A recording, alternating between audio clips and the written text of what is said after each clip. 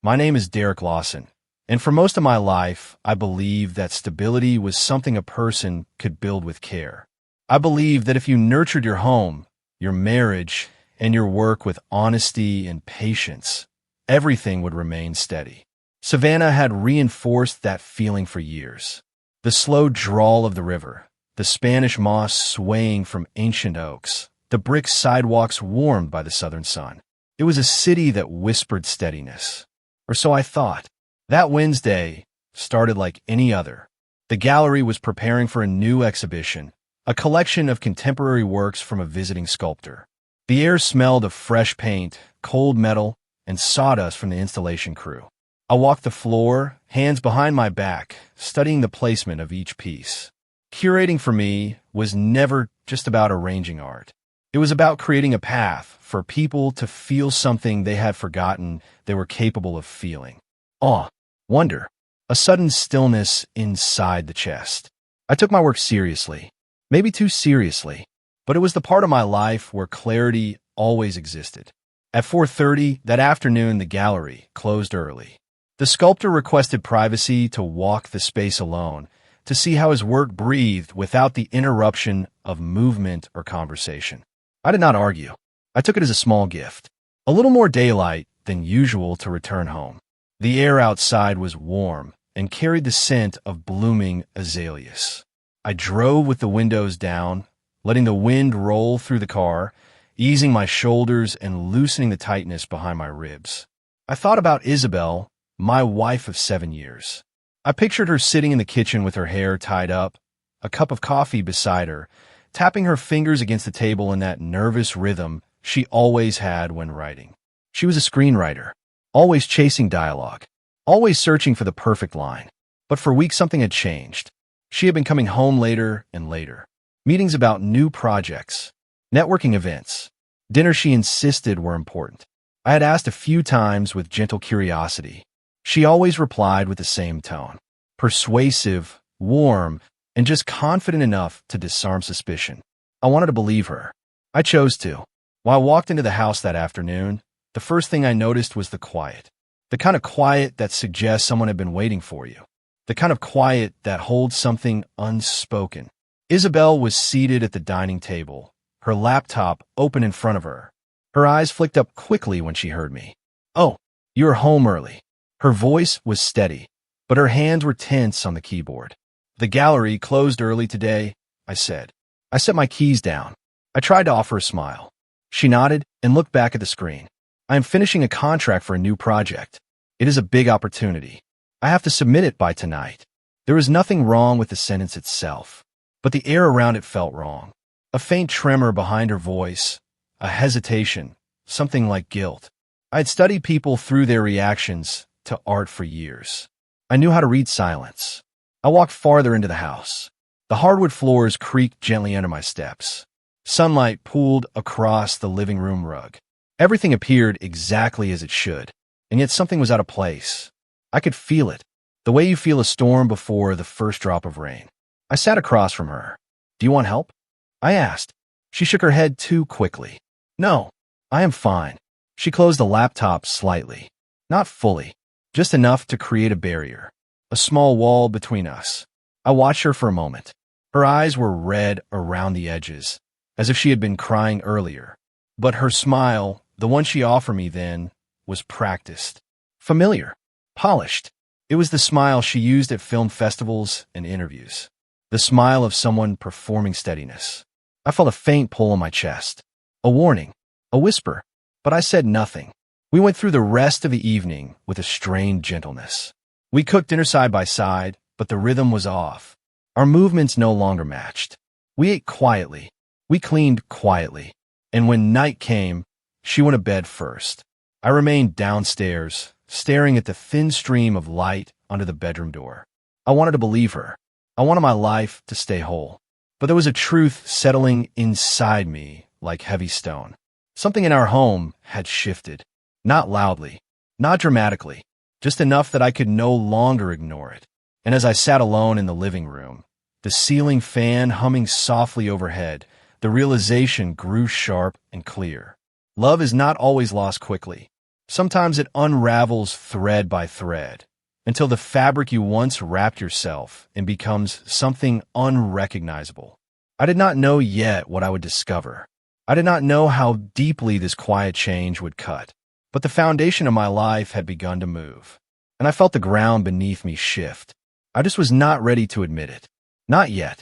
That night, after Isabel had gone upstairs, the house settled into a silence, so still it felt like it was listening. I sat on the bottom step of the staircase for a while, staring into the dim hallway. I could hear the faint hum of the air conditioner, the distant echo of a train moving through the outskirts of Savannah, and the soft shifting of the house as it cooled.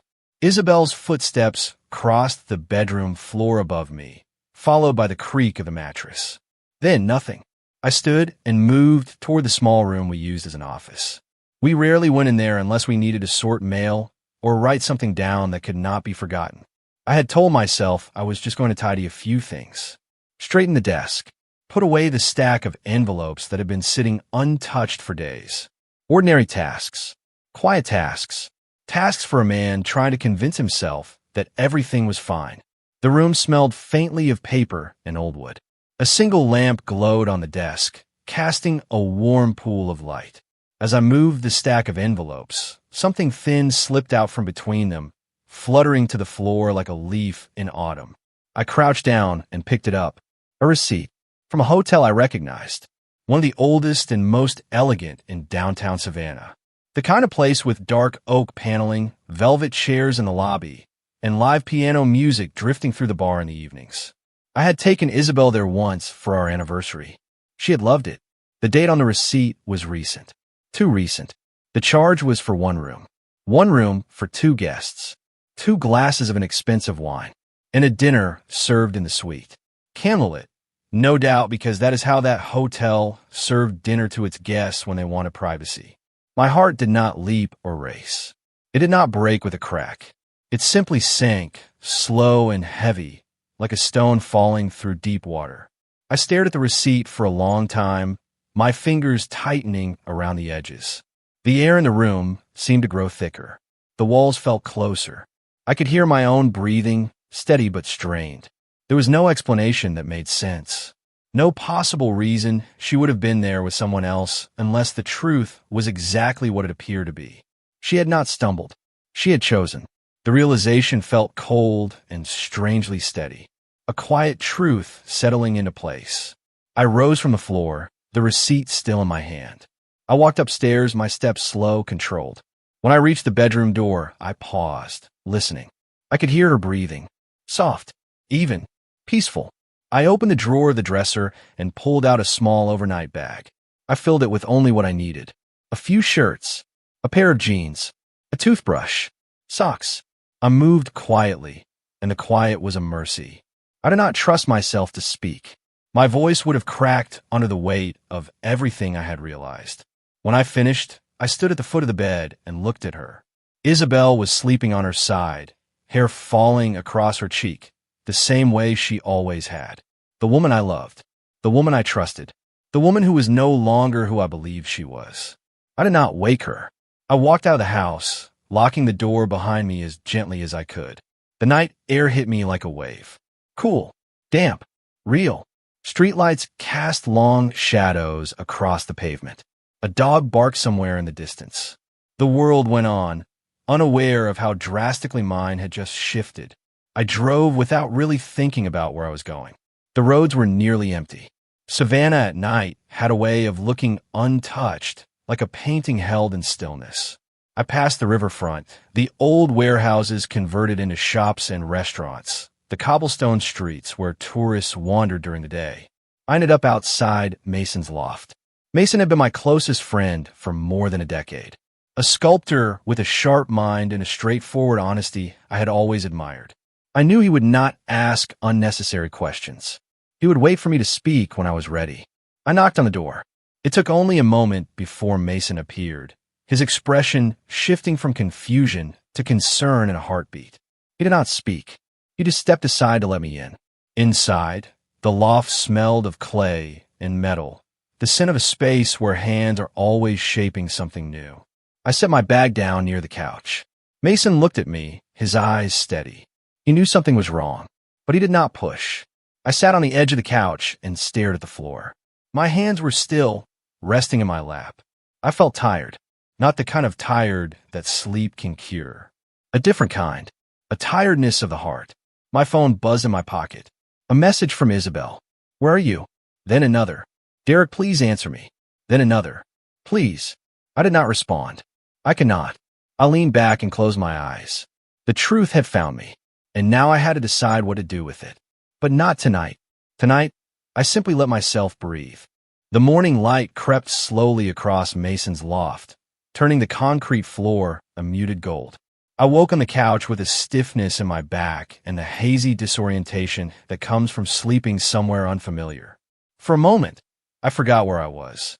The softness of the blanket, the faint smell of coffee grounds from the kitchen, the hum of the city waking far below the windows. Then the memory of the night before struck, not with chaos, but with a dull and steady ache. Mason was already at his work table, shaping wet clay with careful hands. He looked over his shoulder at me, his hair pulled back, his expression neutral but attentive. You want coffee? He asked. Yes. Thank you. He poured me a mug and set on the table beside me. There were no questions, no forced conversation. That was the type of friendship we had built. Silence was allowed. Silence could be safe. I held the mug, letting the heat seep into my palms. The steam smelled familiar, grounding, but nothing inside me felt steady. My thoughts flickered like a projector light hitting scratched film. No single image stayed long enough to understand. My phone sat face down beside me. I already knew what I would find if I turned it over. Messages. Missed calls. Her voice left in recordings, breaking, pleading. Her panic. Her guilt. Her fear of being left. For a long time, I did not touch it. Eventually, I breathed in, slow and steady, and flipped it over. There were 27 messages. One voicemail. I listened to none of them. Instead, I sent one message. The only one I could manage. I need time. I set the phone back down. Hours passed quietly. Mason worked. I stared at the city through the loft window. People walked the sidewalks below with the ease of ordinary routines. A woman carrying grocery bags. A man jogging with headphones.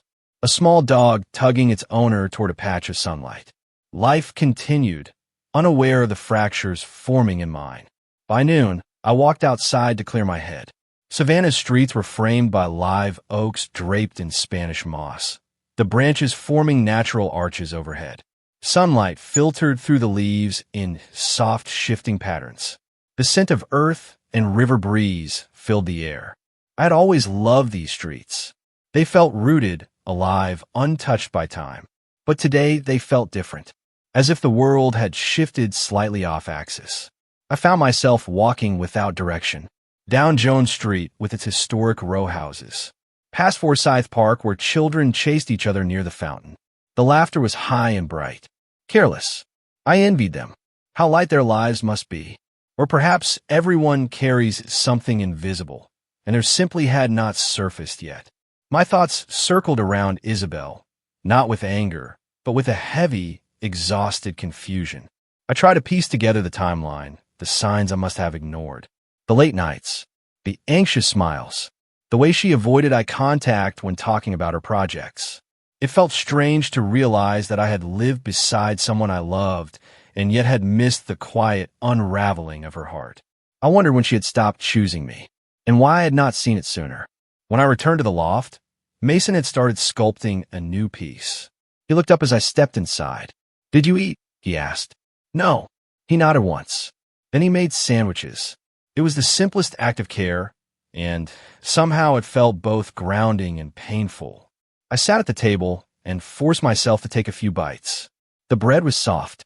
The tomatoes tasted like late summer. I could feel the weight in my chest again, pressing, persistent.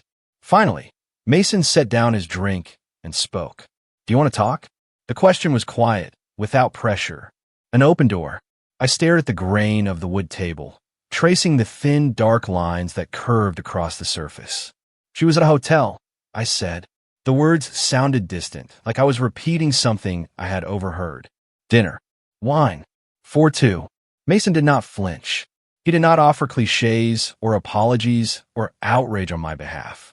He simply nodded once, acknowledging the reality, a shared understanding that truth needs no embellishment. I don't know what to do next, I admitted.